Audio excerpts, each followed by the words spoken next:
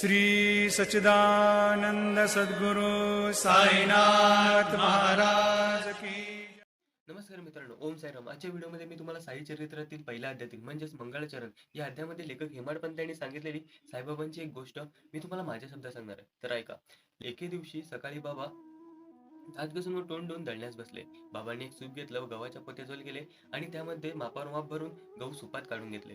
त्यानंतर एक रिकामं पोतं खाली अंतरलं आणि त्यावर जातं ठेवलं आणि त्या जात्याचा दांडा दळताना ढिला होऊ नये म्हणून त्यांनी तो ठोकून घेतला. त्यानंतर भाया वर सारून कपडीचा घोळ आवरून व पाय पसरून बाबांनी दळण्यास सुरुवात केली. हे पाहून लेखकांना आश्चर्य वाटले. बाबा खाली मान घालून जाते ओढत होते व एका दिवसाचे धान्य दळून जात्याच्या बाहेर ओतत होते. ही बातमी सर्व गावभर पसरली. गावातील सर्व स्त्री व पुरुष जमा झाले. परंतु बाबा, तुम्ही हे काय करता असे विचारण्याची हिंमत कोणालाच झाली नाही. सर्व आश्चर्यचकित होऊन पाहत होते. तेवढ्यात गावातील 4 स्त्रिया धावत धावत मशिदीच्या पायऱ्या चढून वर गेल्या जिथे बाबा दळत होते आणि जाऊन बाबांच्या हाताला झोंबल्या आणि बाबांच्या हातातून तो जात्याचा कुंठा हिसकावून घेतला. बाबा त्यांच्याशी भांडू लागले, परंतु त्या एकसारख्या दळू लागल्या आणि दळताना बाबांचे गुणगान गाऊ लागल्या. त्यांचं ते प्रेम पाहून बाबांचा तो उसना राग शांत झाला आणि त्या रागाचे रूपांतर प्रेमात झाले व बाबा गालातल्या गालात हसू लागले. आता त्या बाया दळू लागल्या. एका पायलीचे म्हणजे 4 शेराचे दळण दळून झाले. सुपही रिकामे झाले. आता त्या बाया मनातल्या मनात तर्क करू लागल्या की बाबा तर स्वतः भाकरी करीत नाही, बाबा भिक्षा मागून खातात, मग ते या पिठाचे करतील काय? नाही त्यांना बायको, नाही घरदार, नाही मुले, नाही संसार, एकटा जीव सदाशिव, त्यांना एवढी कणिक कशाला हवी? तर त्यातली एक बाई म्हणाली, बाबा परम कृपाळू आहेत, त्यांनी आपल्यासाठीच हा खेळ रचला आहे. आता ही सगळी कणिक आम्हाला देतील, ते 4 भाग करतील आणि प्रत्येकीला एक एक भाग वाटून देतील. अशा त्या बाया हवेत मनोरे रचू लागल्या. परंतु बाबांचा खेळ बाबांनाच ठाऊक, त्यांचा कोणाला अंत कळत नाही. परंतु बाबांना लुटण्याच्या लोभामुळे बायांच्या मनात असे विचार आले. तर गहू संपले, पीठ पसरले व जाते भिंतीला टेकून ठेवले व बायांनी सुपात पीठ भरून ते आपल्या घरी नेण्याची तयारी सुरू केली. तोपर्यंत बाबा चकार शब्दही बोलले नाहीत. परंतु जेव्हा त्या चौघींनी त्या पिठाचे 4 भाग केले तेव्हा बाबा काय म्हणाले ते बघा. चलेल्या काय, कुठे नेता? बापाचा माल घेऊन जाता? जा ते पीठ शिवेवर. शिवेवर म्हणजे गावाच्या सीमेवर असलेला एक शिवा नावाचा ओढा, त्यावर सगळं पीठ नेऊन टाका. फुकट खाऊ रांडा, धावून धावून मला लुटायला आले आहेत.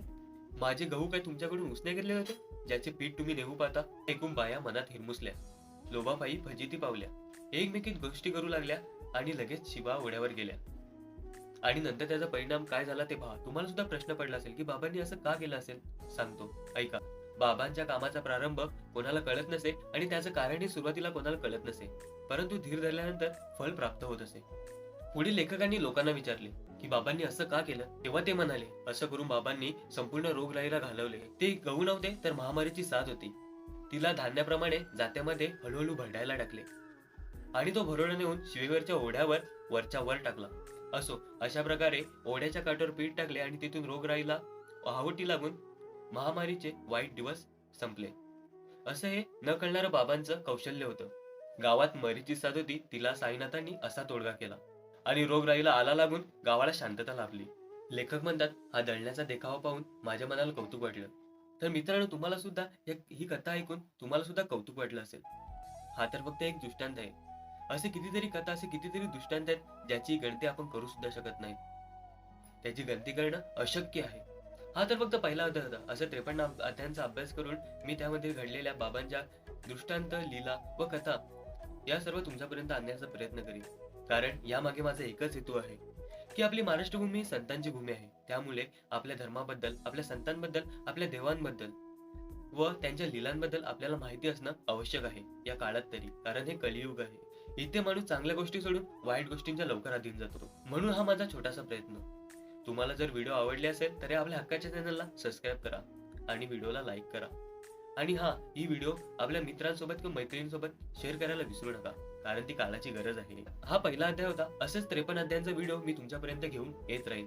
त्यासाठी आपल्या चॅनलला सबस्क्राईब करा. जाता जाता बाबांनी सांगितलेले एक वाक्य मी तुम्हाला सांगतो, ऐका. बाबा असे म्हणतात की मग जो गाई वाडे कोडे, माझे चरित्र माझे पवाडे, तयाची आम्ही मागे पुढे, चोहीकडे उभाची. धन्यवाद.